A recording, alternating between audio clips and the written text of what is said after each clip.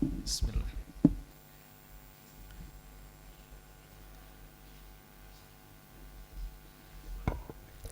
Assalamualaikum warahmatullahi wabarakatuh. Alhamdulillah wassalatu wassalamu ala Rasulillah.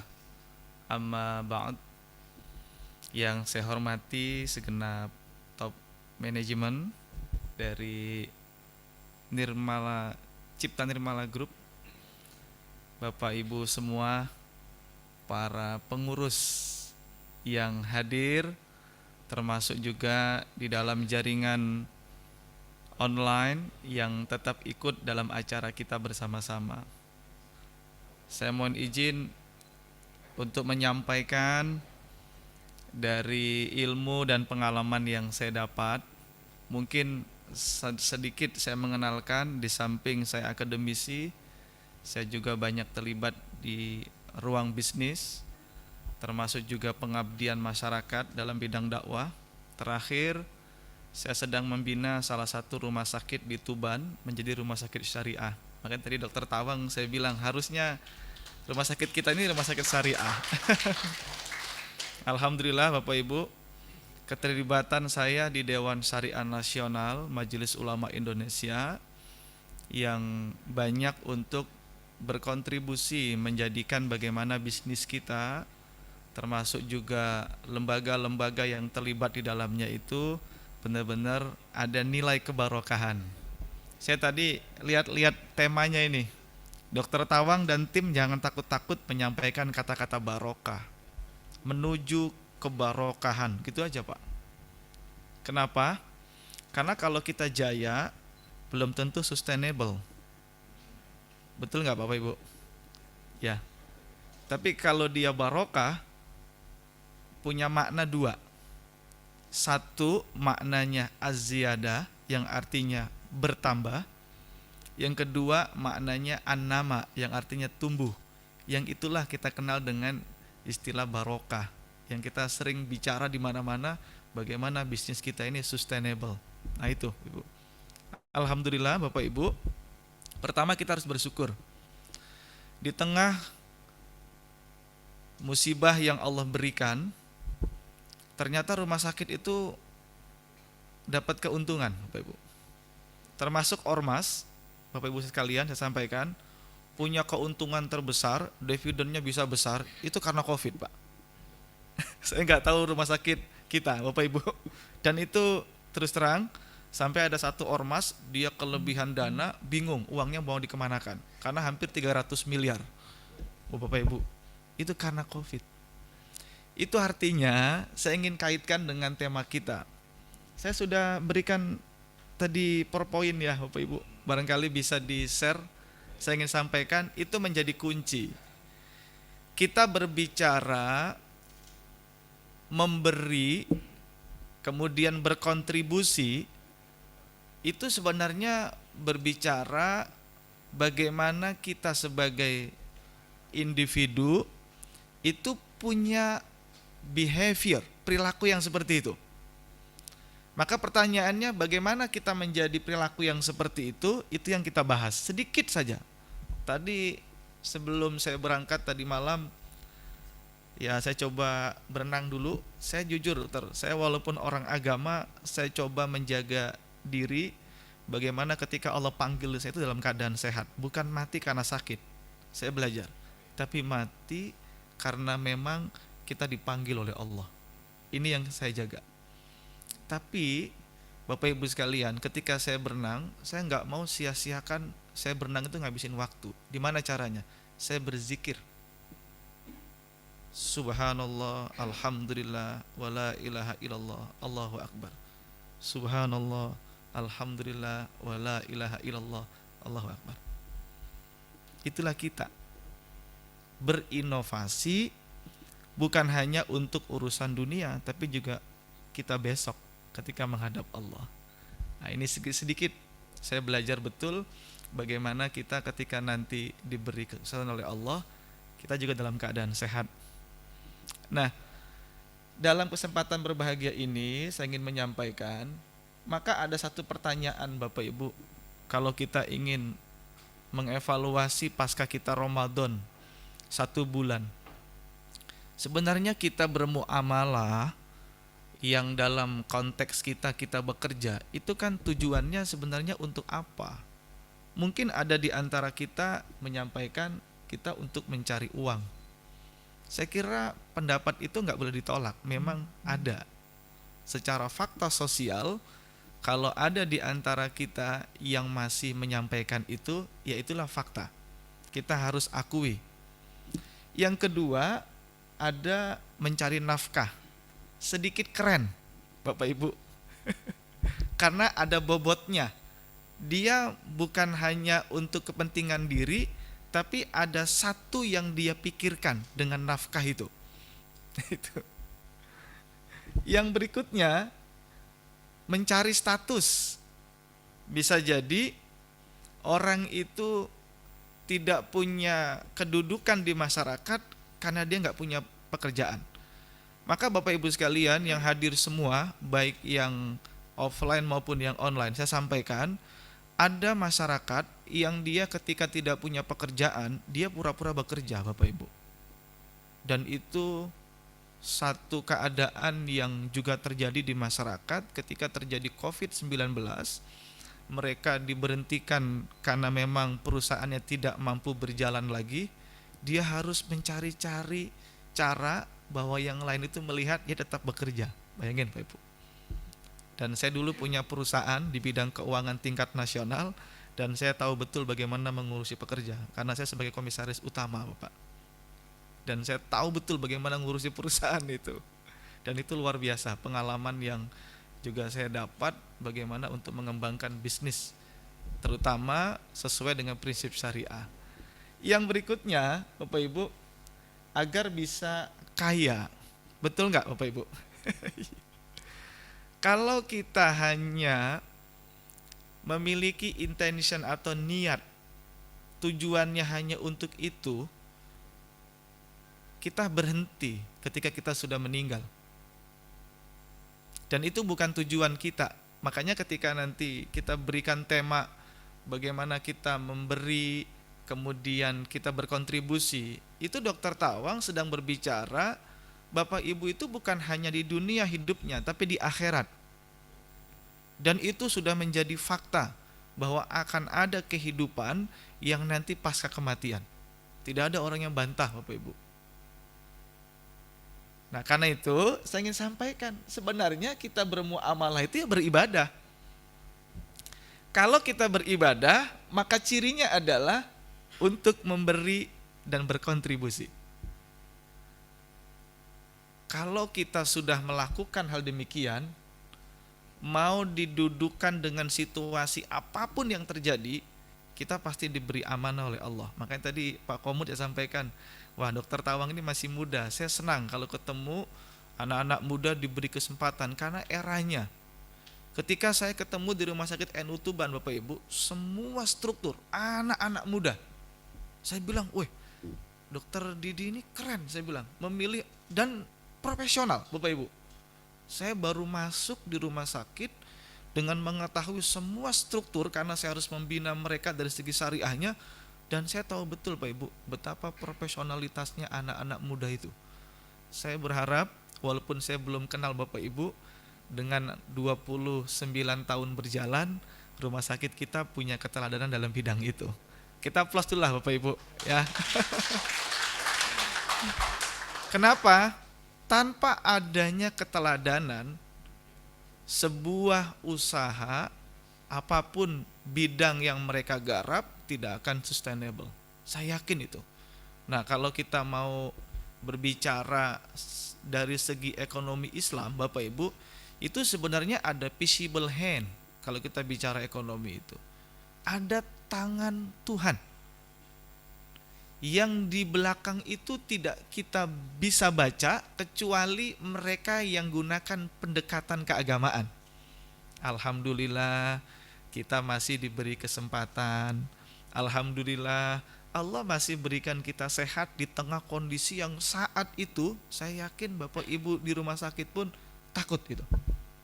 Saya bismillah di perusahaan saat itu Bapak Ibu, dengan gejala yang begitu, kita harus siap alat apa itu swab itu Bapak Ibu di perusahaan itu. Masya Allah, ketika kita jalan-jalan pun yang lain nggak ada yang mau, saya aja yang di swab sebagai perwakilan. Bayangin Bapak Ibu, saya hanya niat itu ibadah. Dan alhamdulillah sampai sekarang saya mendapat nikmat sehat oleh Allah. Anak istri saya itu kena COVID, yang lain gak ada yang berani, saya yang nangani. Masa sih virus tiba-tiba mendekati kita dengan yang sudah standar? Ternyata benar, kita dimudahkan itu. Masya Allah, itu pengalaman. Artinya keadaan itu sebenarnya tergantung kita. Maka sebelum datang keadaan-keadaan yang nanti itu membutuhkan energi yang besar, maka kita harus sudah mempersiapkan. Karena itu Bapak Ibu, saya ingin sampaikan, saya ambil data ini, teori ini, karena kemarin saya diminta nguji doktoral di UNER. Dia berbicara tentang bagaimana persepsi masyarakat yang berzakat, dia patuh nggak terhadap pajak penghasilan pribadinya. Bayangin Bapak Ibu, Masya Allah, saya bilang, loh kok teori ini itu bisa kita gunakan. Satu, niat kita yang kita pupuk di perusahaan dengan tema kita bagaimana memberi, kemudian kita berkontribusi, itu menurut saya kita harus lihat dari teori ini. Satu, itu butuh attitude. Maka Dr. Tawang dan tim semuanya top manajemen itu harus punya attitude memberi dan berkontribusi. Mohon maaf kalau Bapak pemegang saham pengendali juga tidak punya semangat memberi dan berkontribusi, juga nggak bisa jalan.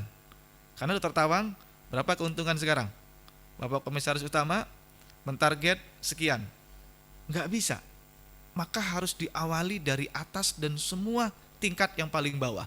Tujuannya untuk apa? Saya berpikir rumah sakit ini kalau kita ada BPJS kan alhamdulillah terbantu Pak Ibu. Kalau dulu kita nggak ada BPJS Bapak, kalau yang nggak punya uang larinya kemana Pak Ibu? Ya ke dukun, itu kan sebenarnya alternatif mereka yang punya uang Pak. Yang tidak punya uang sebenarnya. Bukan berarti mereka tidak ke rumah sakit. Enggak. Apapun keadaan mereka, kita sudah fasilitasi, karena itu bagian dari visi misi kita tadi, memberi dan berkontribusi. Masya Allah Bapak Ibu sekalian, kalau itu menjadi satu niat kita, saya berdoa Pak, dan insya Allah Allah izinkan kita, perusahaan kita ini betul-betul bisa sustainable apapun keadaannya nanti. Nah itu. Yang kedua, di samping kita punya attitude, kita juga ada subjective norm yang kita kenal bagaimana dalam diri kita itu ada dorongan yang betul-betul memotivasi kita. Makanya nanti saya ingin sampaikan bagaimana ada ayat-ayat yang itulah yang menjadi core kita dalam bergerak dalam bidang apapun. Bapak Ibu, saya banyak ruang yang saya kembangkan dalam bidang keagamaan.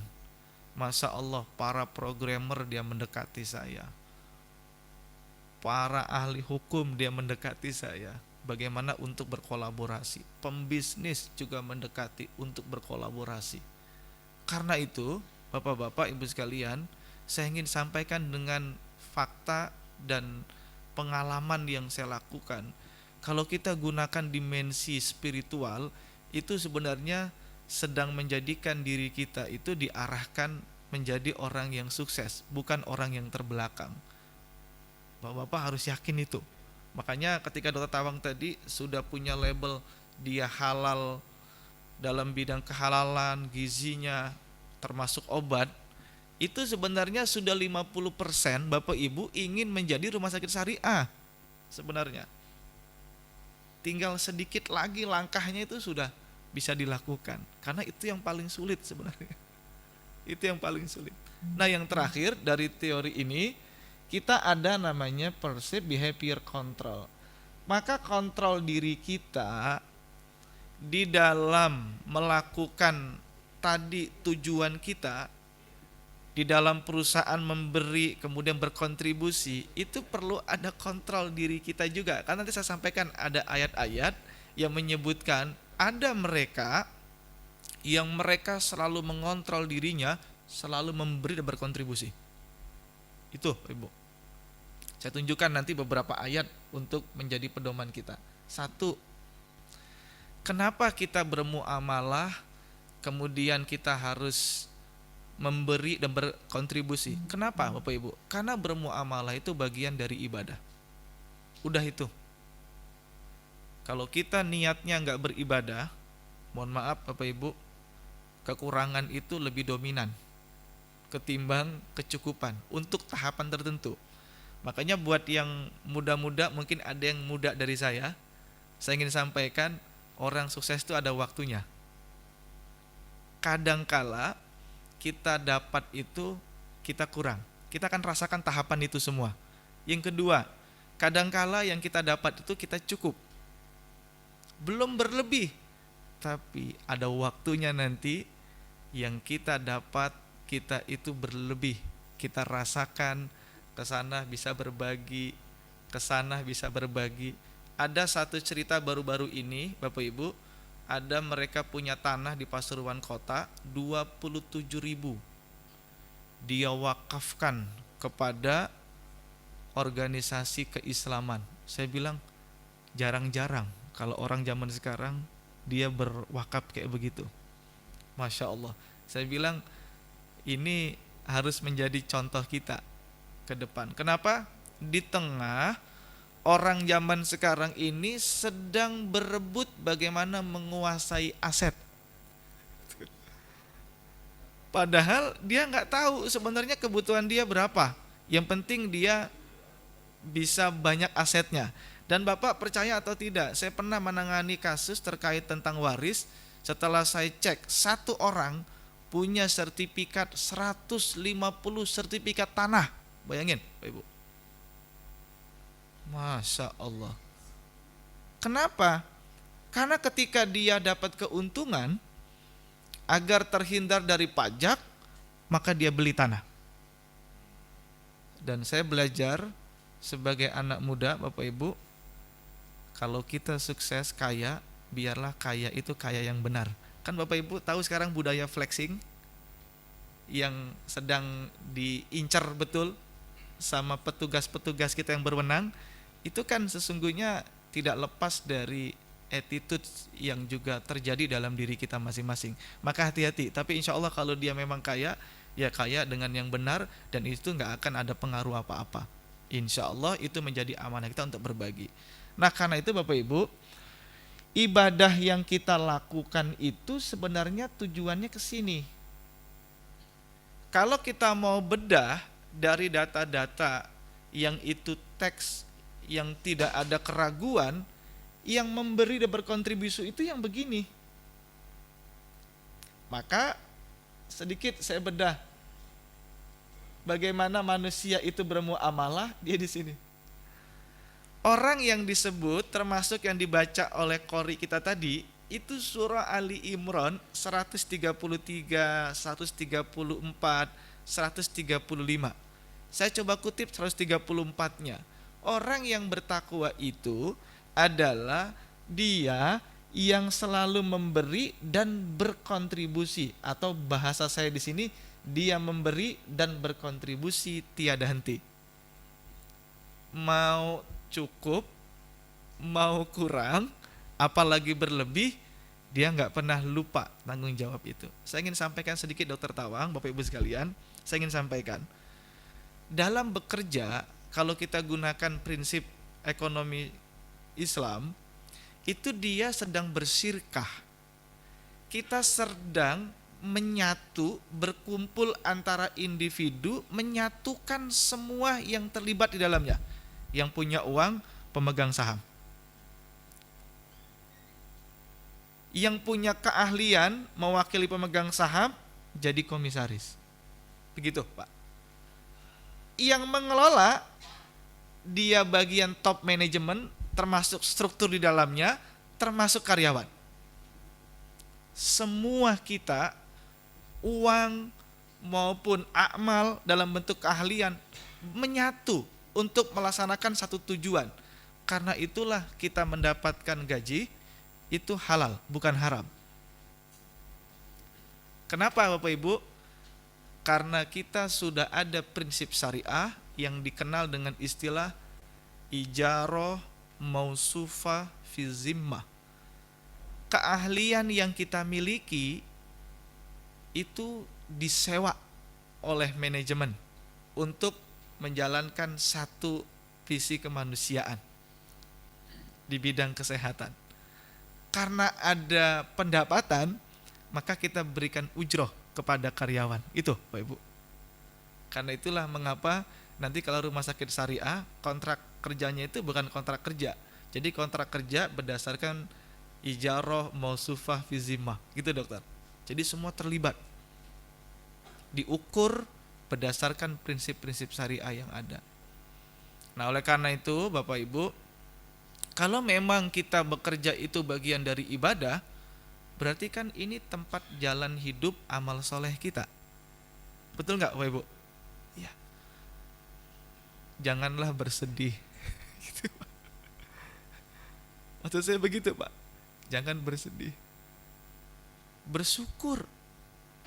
Yang kedua, kalau memang ada sesuatu yang sedang kita capai, kemudian kita merasakan berat, karena emang proses kan begitu, maka bersabarlah. Ini loh Pak Ibu, makanya menjalankan begini itu butuh, tadi kalau Dokter Tawang bilang istilah experience customer, itu sebenarnya bisa kita baca sebagai data untuk kita. Customer kita itu merespon seperti apa terhadap pelayanan kita. Oh, itu jadi data Ibu. Makanya budaya-budaya riset di rumah sakit harus jadi pengembangan Dokter Tawang. Dan itu kalau bisa research and development itu ada bagian tersendiri untuk meneliti perilaku-perilaku sosialnya dari pasien kita. Benerkah pasien kita bener-bener ridho dari pelayanan kita? Atau mereka ya sudah puas begitu saja? Tapi dari segi ininya kita belum terukur dokter, karena belum ada penelitian. Kalau kita bisnis dalam bidang lembaga keuangan, kita bisa ngecek berapa nasabah yang repeat order. Dia pembiayaan selesai dikembalikan, pembiayaan lagi. Dari situ kita bisa lihat intensitas dia dan lihat kualitas bagaimana dia terhadap pembayaran yang kita berikan kepada mereka. Rumah sakit juga bisa, Bapak Ibu. Jujur, kalau saya sebut satu organisasi mungkin yang memiliki rumah sakit di mana-mana, Bapak Ibu, itu kan semua karena dikemas dengan yang saya sampaikan tadi semua. Ibadah, memberi dan berkontribusi, itu berjalan, Bapak Ibu. Masya Allah, itu berjalan sampai sekarang. Saya kira itu harus kita bisa belajar dari semangat-semangat itu semua. Yang berikutnya, dia bisa mengontrol diri yang di dalamnya tidak amarah, pemaaf lagi. Bayangin Bapak Ibu, zaman sekarang ini, inilah yang dibutuhkan. Saya di kampus Bapak Ibu, maupun dia jurusan manapun, kalau sudah ketemu dengan kelas saya di kuliah, Assalamualaikum Ustaz, bayangin. Dan tidak ada yang cuek mereka. Kenapa Bapak Ibu? Ketika saya masuk di ruangan sama mereka, apapun kondisi mereka, ya Allah, berikan saya kesempatan untuk menjadikan amal soleh ketemu dengan mereka semua. Mereka bimbingan S1, S2, S3, Bapak Ibu, siapapun mereka benar-benar saya bantu. Dan tidak pernah saya minta dari mereka, dan biarlah Allah yang memberikan gaji saya sebagai rizki yang barokah. Udah gitu aja Bapak Ibu. Masya Allah.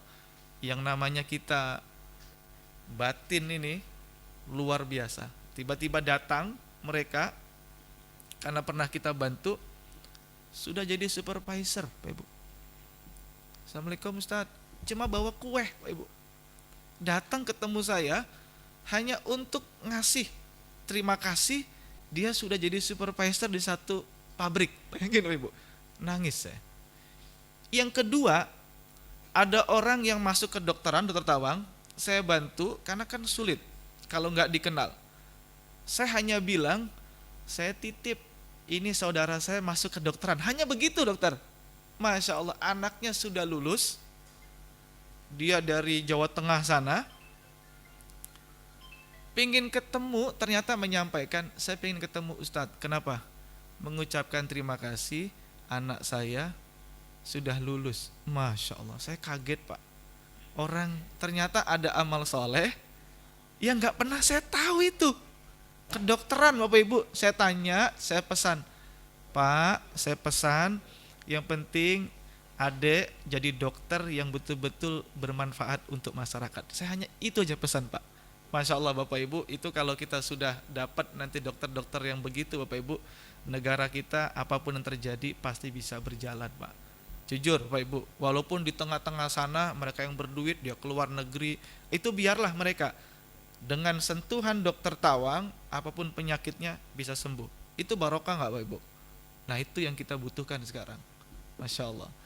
Nah Bapak Ibu, saya tambahkan lagi, bagaimana manusia itu bertakwa, dia bermuamalah. Ini yang penting. Akhizina ma atahum rabbuhum, dia mengambil apa yang menjadi haknya. Inilah yang sedang rame di negara kita. Ya Bapak Ibu, mungkin kalau kita di swasta nggak begitu kelihatan Pak. Tapi kalau di sebelah sana, nampak Pak. Saya pun belajar di swasta. Ketika saya ditawari di kampus-kampus negeri, Dr. Tawang, saya bilang, saya hanya berdoa, Prof, izinkan saya Prof, saya biar berdakwah di sini saja. Nanti kalau saya diminta ngajar di UNER, di mana-mana, insya Allah saya siap. Hanya itu aja Pak. Kenapa? Saya takut kalau saya pindah pekerjaan hanya urusan sekedar gaji itu. Itu Pak. Masya Allah, ternyata kita dikenal benar di masyarakat, bisa ke UNER, bisa ke UNESA, bisa ke kampus-kampus lain. Karena saya pernah mengisi kampus-kampus negeri seluruh Indonesia terkait tentang perusahaan saya dulu Pak.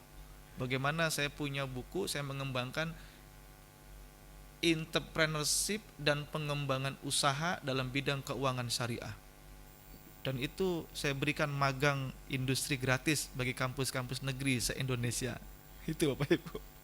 Dan alhamdulillah itu menjadi kenangan-kenangan kita. Itulah Dr. Tawang, dari tema yang diharapkan dari PT Cipta Nirmala Group, saya berharap ini menjadi semangat kita bersama, karena itulah tujuan kita. Dan insya Allah Bapak Ibu, saya ingin sedikit berbicara terkait generasi kita. Bapak Ibu, kita beramal soleh itu kan sebenarnya bukan hanya untuk kita, tapi juga generasi kita. Yakinlah apa yang kita lakukan itu benar dan baik, itu akan menjadi tabungan anak-anak kita Bapak Ibu. Dan ketika kita sebaliknya, mohon maaf Bapak Ibu, ini fakta yang terjadi, pasti akan berpengaruh kepada anak-anak kita juga. Kan kita tahu 2 kasus yang gak nyangka terjadi lagi tuh Bapak Ibu, ternyata muncul lagi disebabkan karena anak-anak kita. Nah kita bersyukur Allah lindungi karena tadi komitmen kebaikan yang kita lakukan. Nah yang berikutnya, ketika kita berbuat baik, kalau kita dikenal dengan bertakwa, maka berbuat baiknya itu dia selalu, bukan kadang-kadang. Kita sama-sama tahu kalau di pekerjaan, kalau kita pernah tes psikologi, ketika kita sedang melakukan pekerjaan, tiba-tiba ada orang yang minta tolong, bagaimana sikap kita? Menghentikan dulu, membantu orang lain, atau tetap cuek, mengerjakan pekerjaan kita sampai selesai, baru bantu orang lain, atau cuek sama sekali, enggak bantu sama sekali karena kita punya pekerjaan. Itu menjadi bagian dari kita. Nanti Dr. Tawang, saya punya ukuran seberapa berimankah sebenarnya karyawan kita, nanti tinggal checklist saja. Nanti dokter cek sebagai direktur, sebenarnya yang kurang dari karyawan saya di mana? Itu bisa dokter. Nanti bisa saya berikan itu soft filenya, dokter ambil dari bab buku saya, nanti bisa buat ukuran sederhana Bapak Ibu. Dan itu menjadi satu bagian bagaimana kita mensupport karyawan Bapak Ibu semua. Itu bukan hanya gaji, tapi bagaimana nasib karyawan kita itu di akhirat kelak nanti. Itu Bapak Ibu. Itulah dulu, makanya ketika saya waktu di perusahaan anak muda itu Pak, ketika di Covid itu kita nggak boleh salat Jumat, semua mereka saya jadwal jadi khotib Jumat. Nggak bisa Ustadz baca, nggak apa-apa. Bayangin, bacaan Arabnya nggak lancar Ustadz, baca terjemahannya. Bayangin Bapak Ibu. Kenapa? Karena ketika Covid terjadi Bapak Ibu, sholat yang nggak biasa jadi imam itu menjadi persoalan Pak. Makanya khususnya laki-laki itu punya beban tersendiri dokter. Itu harus dipikirkan oleh seorang direktur ke depan terhadap karyawan-karyawan kita. Karena itu akan berpengaruh kepada istri, anak-anaknya, dan lain sebagainya. Nah, yang berikutnya ini mungkin ayat yang terakhir untuk menambahkan, kalau kita berbagi, memberi, dan berkontribusi, sudah nggak lagi individu sifatnya. Siapa sekarang yang sukses karena individu? Nggak bisa Bapak Ibu. Kita harus bersama-sama. Karena itu di surah Al-Maidah ayat 2, Allah menyampaikan kepada kita, bertolong menolonglah dalam kebaikan dan ketakwaan. Itu kita Pak. Dan ingat Bapak Ibu, wala ta'awanu 'alal ismi wal udwan, dan janganlah kita tolong menolong dalam pelanggaran dan permusuhan. Mohon maaf, fakta sosial memang terjadi Bapak Ibu, yang tolong menolong itu enggak hanya dalam kebaikan, tapi juga ketidakbaikan, dan kita harus sadar itu. Tapi kebaikan yang betul-betul memberikan kontribusi yang sifatnya manfaat, itu pasti Bapak Ibu kebaikan-kebaikan yang di dalamnya ada unsur ketakwaan, ibadah, dan sebagainya. Nah, karena itu Bapak Ibu sekalian, ini hanya bagian kecil untuk mengingatkan kita sama-sama. Jangan dikira kami anak muda terbebas dari dosa, enggak. Tapi saya betul-betul berupaya kalau ketemu orang-orang yang tua-tua itu, bagaimana orang-orang tua saya matinya baik. Itu Pak Ibu. Makanya saya tanya, Bapak usianya berapa? 80 Ustaz. Masih ke masjid. Bayangin Pak Ibu. Masya Allah, semoga sehat selalu. Bapak boleh nggak saya foto karena Bapak adalah sahabat-sahabat surga saya. Gitu Pak Ibu. Oh nangis Pak mereka. Ya Allah Ustaz. Itu artinya Bapak Ibu, itu juga bagian yang juga kita berikan. Nah, saya pesan kalau ketemu yang tua-tua, Dokter di sini, Dokter Tawang, Masya Allah, sahabat-sahabat surga saya, orang tua yang selalu sentuh Pak. Bisa jadi dia bisa sembuh dengan cepat ketimbang obat itu Pak. Itu wajib kita lakukan Bapak Ibu, karena secara psikologi kadang lebih dominan. Saya beberapa waktu lalu pernah ikut kajian Dokter Profesor Abdurrahman, yang beliau ahli akupuntur Ibu, yang di UNER. Beliau meneliti ayat-ayat Al-Quran, bahwa yang namanya motivasi kebahagiaan itu semua sabar, bersyukur, pemaaf. Bayangin Bapak Ibu, sampai saya foto dengan beliau, dokter, sedikit dokter saya tambahkan satu ayat, karena beliau ketika ada sesuatu kok innalillah gitu Bapak Ibu. Masya Allah Bapak sekalian, yang namanya kita innalillah itu kata Allah, aku akan uji kamu dengan sedikit rasa takut, walju kelaparan, wan naqsim minal amwal kekurangan harta, wal anfus kekurangan jiwa. Bapak Ibu, apa kata Allah? Mereka orang-orang yang sabar itu ketika mereka mendapatkan musibah, mereka mengatakan qalu inna lillahi wa inna ilaihi rajiun. Artinya innalillahi itu bukan untuk kematian tok Bapak Ibu, tapi untuk semuanya. Ayo kita ingat, semua ini milik Allah dan akan kembali kepada Allah. Gitu Bapak Ibu.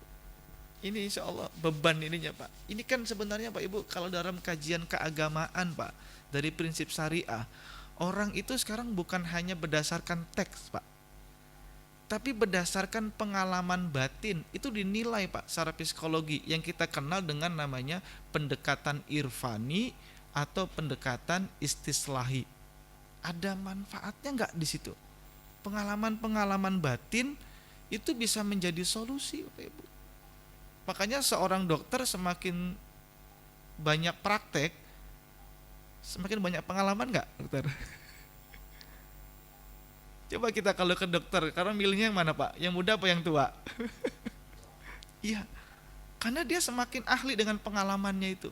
Ya itulah sebenarnya yang dijadikan pendekatan sekarang oleh mereka-mereka yang berbicara keagamaan itu sebagai satu dasar keagamaan. Nah itu terakhir, mohon izin Bapak Ibu, saya ingin memberikan kesimpulan. Kita berdoa semoga kita semua selalu menjadi pribadi dan selalu memberi dan berkontribusi sepanjang waktu. Hanya itu yang saya berikan kesimpulan. Sudah saya berikan materinya, monggo Dokter Tawang nanti bisa dijadikan share kepada semua yang hadir. Saya mohon maaf menyampaikan sedikit pengalaman dan ilmu yang saya dapat. Ya tidak lain semua menasehati diri saya pribadi juga. Dan mohon doa para Bapak Ibu sekalian, apa yang saya lakukan juga semoga mendapat kemudahan dari Allah. Ya, ini sedang mengurus juga saya associate profesor, mudah-mudahan juga cepat lulus juga. Ya, karena godaannya luar biasa. Kalau sudah masuk ke Jakarta, ya mohon maaf Bapak Ibu, kita benar-benar harus doanya harus kuat. Mudah-mudahan semuanya kita bisa mendapat kemudahan dari Allah Subhanahu wa taala. Terima kasih. Saya akhiri. Assalamualaikum warahmatullahi wabarakatuh.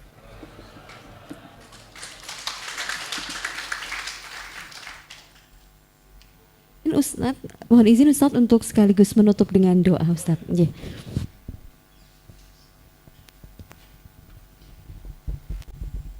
Mari kita tutup dengan doa Bapak-bapak Ibu sekalian.